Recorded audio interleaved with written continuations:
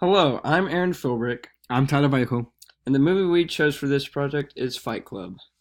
Edward Norton stars as a man credibly known as the narrator, who at the beginning is seen as a depressed insomniac, but later the movie reveals him to have dissociative identity disorder. He spends a lot of his time going to support groups of people with chronic diseases so that he may be able to relate to people in some way. Everything starts to change as the narrator encounters another man named Tyler Durden. The narrator seeks help from Tyler after he comes home to his apartment catching on fire. After they catch up at a bar, Tyler challenges his friend to a fist fight. This duel made the narrator feel more alive than he ever has. This leads to him and Tyler forming a fight club, which is a progressively growing group of men that fight each other underground and is, most importantly, kept a secret. The Fight Club began to spiral out of control. It turned into a domestic terrorist organization. Above all of this, the narrator soon figures out that Tyler Durden was actually his alter ego the whole time. For the rest of the movie, the narrator tries to stop Tyler and everything that him and Tyler have built up through the Fight Club, which includes the narrator trying to save a woman named Marla, whom he gained affections for, from the grasp of the terror that the narrator unknowingly created. This was a movie that I've seen prior to this project, is one of my favorites, and it'll stay a classic throughout time. In this movie, the narrator expresses symptoms of dissociative identity disorder. One main symptom he displays is having two distinct personality states. The narrator is revealed to be Tyler Durden at the end of the movie, thus proving his altered personality. The narrator is described as a husk of a man, and Tyler Durden is presented as a person whom the narrator strives to be like. As the film continues, the narrator begins to enact in risky behavior, following Tyler's footsteps. Another main symptom the narrator expresses is insomnia. The narrator begins the movie discussing how for the past 6 months he has not slept, or so he thinks. As we peer deeper into this film, we are exposed to the proposition that the narrator believes that he's asleep, but is actually awake as his alter ego Tyler Durden. One symptom the narrator fails to show is having childhood trauma. The narrator is never mentioned in the movie to have experienced any childhood trauma, and his disorder is actually caused by his inability to fit in with society's norms. For treatment, we will focus on psychodynamic therapy. The plan is to focus on finding a reason behind the narrator's alternate personality, Tyler Durden. Once we find some insight into his reasoning, we can then begin to coax him back into society. The movie does depict a decent form of DID, showcasing how patients with the disorder have distinct personalities, struggle with depression, and are often insomniacs.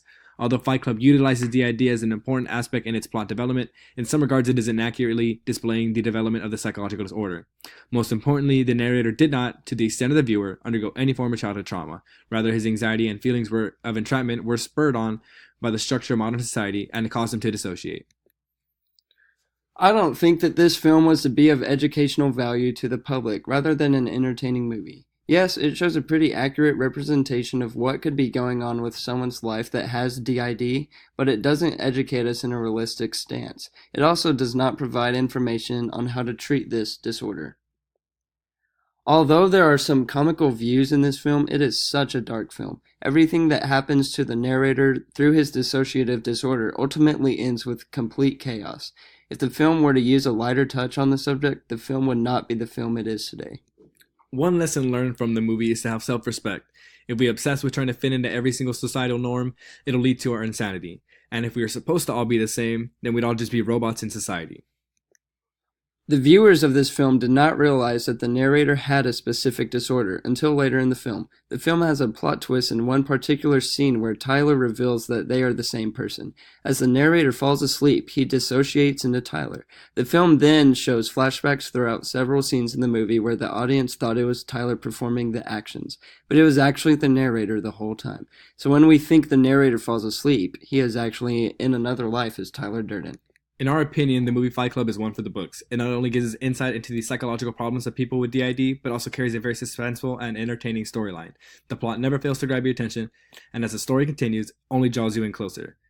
Would we recommend? No, because the first and second rule of Fight Club is to never talk about Fight Club. But all jokes aside, I would recommend this movie, and has a very well put storyline and kept you on the edge of your seat throughout the entire film. Recommendations. Although you specifically said The Dark Knight should not be on the list, we definitely want you to reconsider. The Joker is one of the most psychotic villains in movie history. It even led to the actor that played him to go through emotional distress. It is an entertaining movie, and it would be fun to analyze the psychological aspects to the movie. Well, that concludes our presentation. We hope you enjoyed. Thank you very much. Have a great day. Have a great night.